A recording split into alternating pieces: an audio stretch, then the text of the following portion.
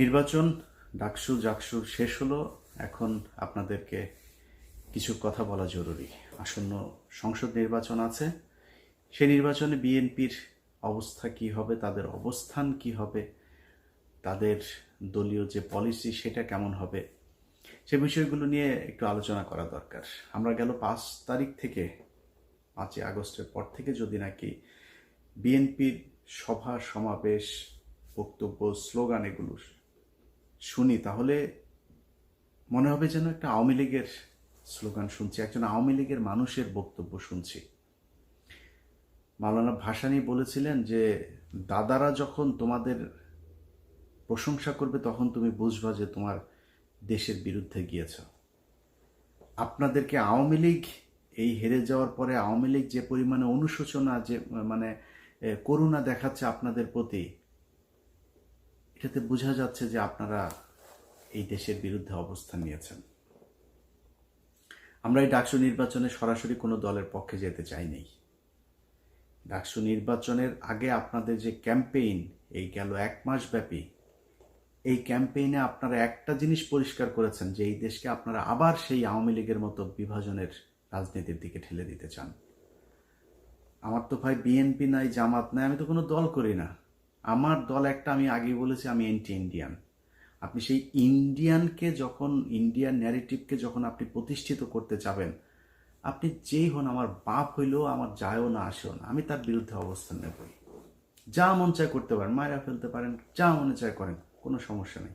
এই যে নির্বাচনে দেখেছেন না, সাদিকের পক্ষে অবস্থান নিয়েছে শেষ পর্যন্ত।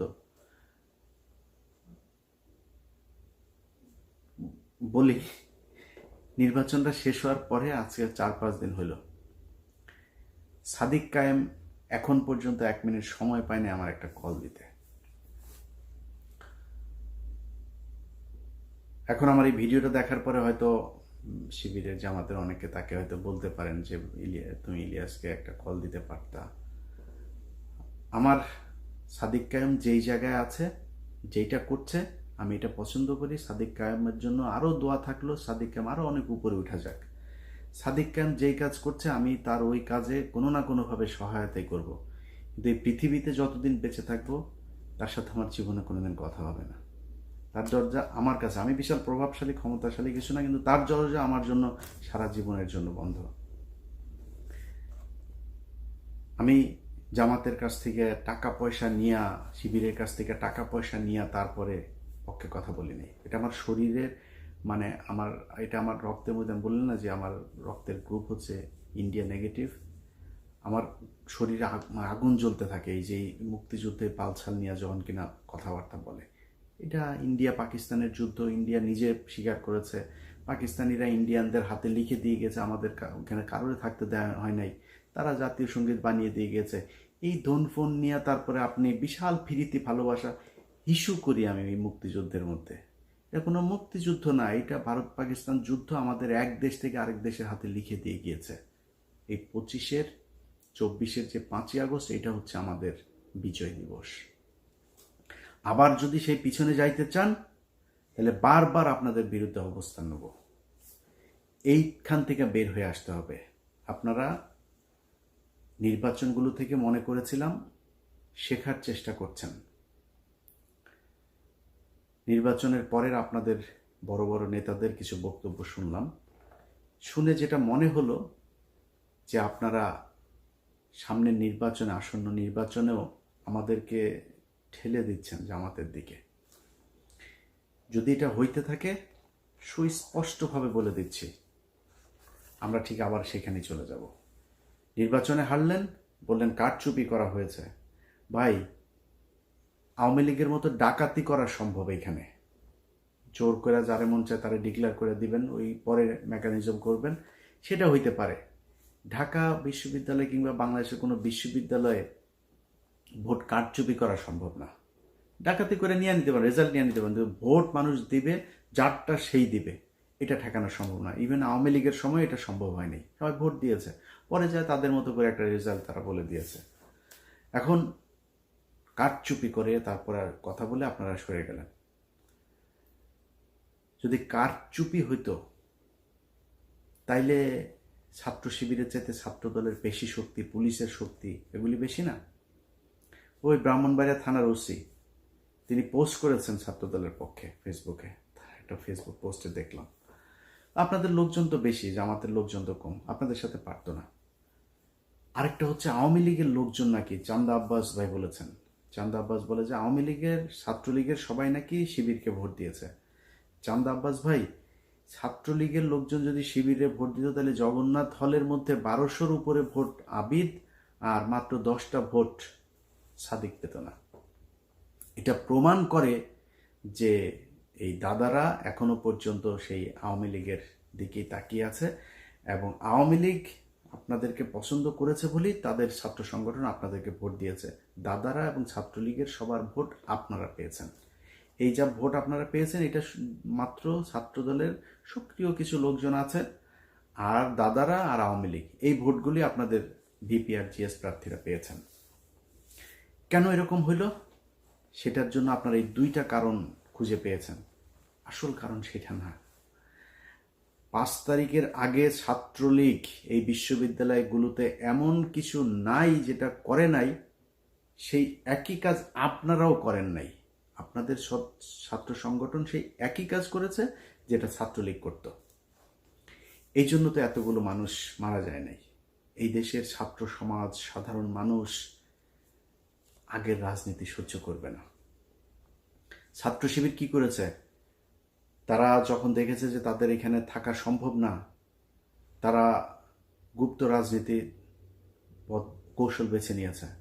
তারা সেই হলে থেকেছে, ছাত্রলীগের পাশে থেকে থেকে তারা সেখানকার রাস্তাঘাট, অলি গলি, রাজনীতির ধরন, ছাত্রদের মনোভাব সব কিছু তারা বুঝেছে। বুঝে তারপরে 5 তারিখের পরপর তারা ছাত্রদের জন্য বাস, ছাত্রদের জন্য পানির ট্যাপ, ছাত্রদের আবাসনের সুযোগ সুবিধা, ব্যক্তিগত সমস্যা, পারিবারিক সমস্যা কার কি আছে এই সমস্যা সমাধানের চেষ্টা করেছে। বিভিন্ন জায়গায় গুরুত্বপূর্ণ পদে তাদের লোকজনকে বসানোর চেষ্টা করেছে। আপনাদের ছাত্র সংগঠন কি করেছে জানেন? টিএসসির চায়ের দোকান, শাহবাগের ফুলের দোকান, ওইদিকে নিউ মার্কেটের ফুটপাতের দোকানপাট, এগুলো থেকে চান্দা নেওয়ায় ব্যস্ত ছিল। কে কত খাবে সেটা থেকে। আপনাদের এই ছাত্রদেরকে দেখভালের জন্য আপনাদের যাকে দায়িত্ব দিয়েছেন মহামান্য তারেক রহমান সাহেব, তিনি এবং তিনার পুলিশ কর্মকর্তা স্ত্রী মিলে যে লুটপাট করেছে তারেক রহমান, আপনার সেই আগের আরেক গিয়াসউদ্দিন আল মামুন আপনার আশপাশে অনেকগুলো জড়ো হয়ে গিয়েছে। তার রেজাল্ট আপনারা এই ডাকসুতে পেয়েছেন। এখন যদি আপনারা মনে করেন যে না আমরা তো এই করেছে কি বলে কারচুপি আর ইয়ের কারণে আপনারা হেরে গিয়েছেন, এটা যদি মনে করে তারপরে ওইভাবেই যদি সামনের নির্বাচনে যেতে চান তাহলে ভুল করবেন।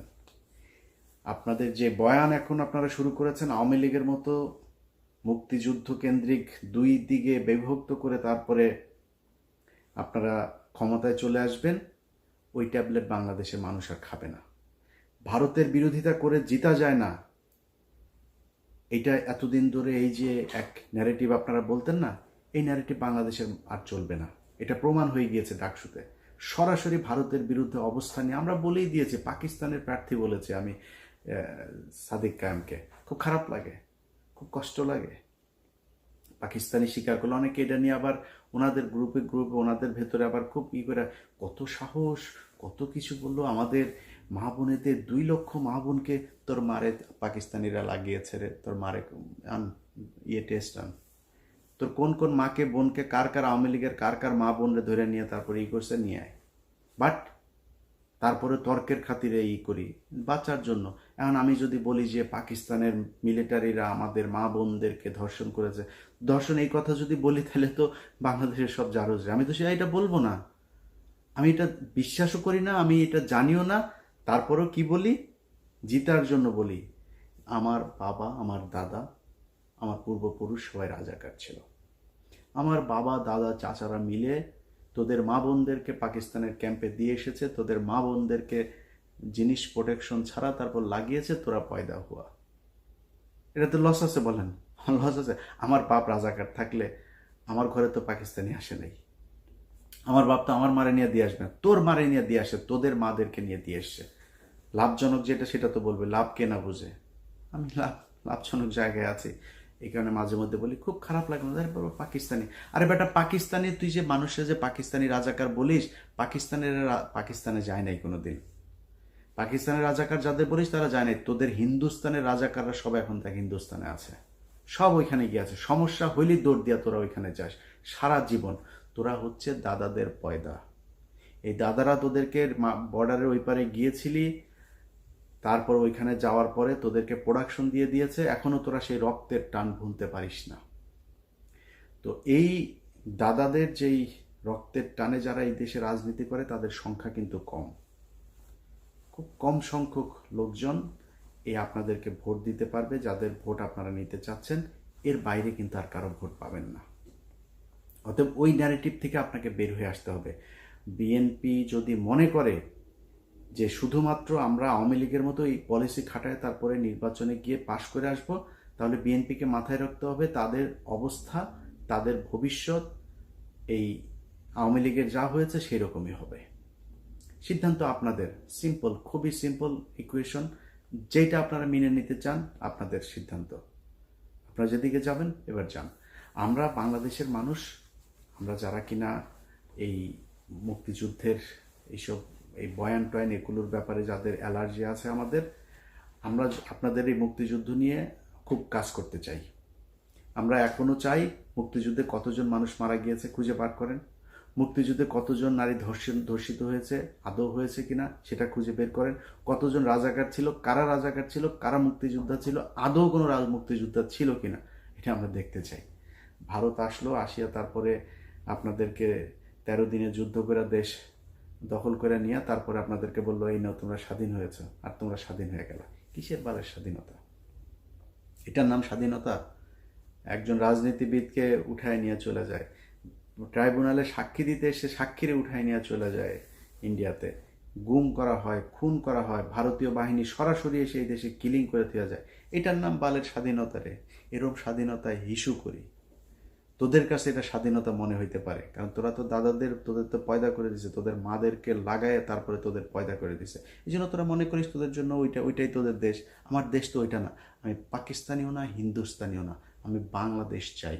যেই কারণে বাংলাদেশের পক্ষে কথা বলি। কোনো দেশের, আমার যদি এখন কোনো সমস্যা হয়, জাপানের সাথে আমেরিকার সমস্যা ছিল না, জাপানের সাথে এখন সবচাইতে মিত্র দেশ হয়েছে জাপান। আর পাকিস্তানের সাথে আমার সমস্যা ছিল, পাকিস্তানের সাথে আমরা আলাদা হয়ে গিয়েছি। পাকিস্তানের কাছ থেকে আমার এখন সুবিধা পেলে আমি নিব, পাকিস্তান আমার কাছ থেকে সুবিধা পাইলে নিবে। পাকিস্তান আর বাংলাদেশ দুই দেশের মানুষ মিলেও যদি কান্নাকাটি করে তাও কোনোদিন এই দুই দেশ এক হবে না। এরা কথায় কথায় পাকিস্তানি, এসব গাঁজাখুরি আলাপ বন্ধ করতে হবে। আপনাদের মূল দল যেটা আছে সেই দলের ডাকসু তো গেলই, তো ছাত্রদল তো তাও সেইভাবে ঢাকা বিশ্ববিদ্যালয়ের পোলাপানের কাছ থেকে তো আর চাঁদা টান্দা নিতে পারে না। কিন্তু জাতীয় নির্বাচনে আপনাদের মূল বয়স্ক শয়তান যেগুলো আছে সেগুলো তো ইয়েতে যাবে, ওই নির্বাচনে অংশ নিবে। তারা সারা বাংলাদেশে এমন এক চাঁদাবাজের রাজত্ব তৈরি করেছে, এগুলো আমরা বললে আপনাদের কাছে খারাপ লাগবে, আমাদেরকে মনে হবে আমরা পাকিস্তানের লোক বলে তারপরে ট্যাগ দেওয়ার চেষ্টা করবেন। বাট এই ডিজাস্টার আসার আগে কথাগুলি একটু মাথায় রাখেন। যারা 2 দিনের এখন বিএনপি দাবি করে চামচামো করে তারা আপনাদের বিপদের দিনে থাকবে না। আমাদের মুখ থেকে কোনোদিন জিয়াউর রহমান, তারেক রহমান, খালেদা জিয়া, তাদেরকে না খারাপ সময় কোনোদিন খারাপ কথা বের হয় নাই, তাদের মুখ থেকে বের হয়েছে। নাকে খত দিয়েছে, খত দিয়ে আওয়ামী লীগে যুক্ত হয়েছে আবার, আমরা যাইনি। আজকে যারা দৌড় দিয়ে গিয়ে চেয়ার নিয়ে বসেছে তারা দেশে যাইতো, আসতো, বিদেশে থেকেও তাদের সমস্যা হয়নি। কিন্তু আমরা কথাগুলি বলছি আপনাদের ভালোর জন্য। যদি মনে করেন নেয়ার মতো নিয়ে সেভাবে চলেন। যারা এই বুড়া শয়তানগুলো আপনাদের আছে, এগুলি যে সামনে নির্বাচনে যাবে, এলাকায় আপনাদের যে অবস্থা, যে ইমেজ, একটু খোঁজ নিয়ে দেখেন। আপনাদের যে পুলিশ গোয়েন্দা সংস্থা বিভিন্ন জায়গায় বসে আছেন, এগুলো তো সব আপনাদের নিজের লোক না, তো টাকা পয়সা নিয়ে আপনাদের লোকজনরা বসিয়ে দিয়েছে। এরা আপনাদের সত্যি তথ্যও জানাবে না, গোয়েন্দা তথ্য কি আসলে ওই খবরটাও আপনাদেরকে জানাবে না। যাই হোক, অনেক কথা বললাম। মূল কথা হচ্ছে যে বিএনপি ভাই, আমি এই নির্বাচনের পরে আমার এটা বললাম যে জামাতের আমিরের সাথেও কথা হয়েছিল, ডাকসু নির্বাচনের পরে। ওইখানে বিএনপির কোনো লোকজন ছিল না। আমি ওনাকে বলেছি যে ভাই, আমার মনে হয় এই মুহূর্তে বিএনপির ক্ষমতায় আসা উচিত। আমি ডাকসুতে আপনাদের পাশে ছিলাম, কিন্তু আমি জাতীয় নির্বাচনে আমি এখনও চাই বিএনপি ক্ষমতায় আসুক। কারণ এই যে একটা যেই সময়টা যাচ্ছে, এই সময়টাতে আন্তর্জাতিক বিশ্ব যেন আমাদেরকে ইসলামী কোনো ট্যাগ দিতে না পারে, এটার জন্য আমাদেরকে আসা উচিত। বিএনপির ক্ষমতায় আসুক, বিএনপি ভুলভাল করবে 5 বছর পরে, তারপর জামাত ক্ষমতায় আসুক, এই 5 বছরে বাংলাদেশ গুছিয়ে নেবে, এটা আমার বিশ্বাস। যে কারণে তাদের একটু ধৈর্য ধরে আমি বলেছি যে আপনারা, আমি চাই যে বিএনপি কে আসবে সেটা বাংলাদেশের মানুষ ডিসাইড করবো, এটা আমার কিছু না। কিন্তু আমার যদি এখন বিএনপি যদি মনে করে যে আমাদের মতো করে চলবে, তাহলে বিএনপির পক্ষে থাকবো। আর যদি বিএনপি মনে করে সেই আওয়ামী লীগের মতো ইন্ডিয়ার কথা শুনে তারপরে ক্ষমতায় আসবে, ভাই, ইন্ডিয়ার বিরুদ্ধে যায় ক্ষমতায় আসা যায় না, এই কথা এখন আর বাংলাদেশের মানুষ খেলবে না। আপনাদেরও বিশ্বাস করা উচিত। অতএব আপনারা ফিরে আসেন, ফিরে এসে তারপরে জনগণ যেটা চায় সেটা মেনে নেন, জনগণের মতো করে চলেন, জনগণের ভোট অবশ্যই আপনারা পাবেন। আবারও বলছি, সামনের নির্বাচনে আমরা চাই বিএনপি সঠিক পথে থাকুক এবং বিএনপি নির্বাচন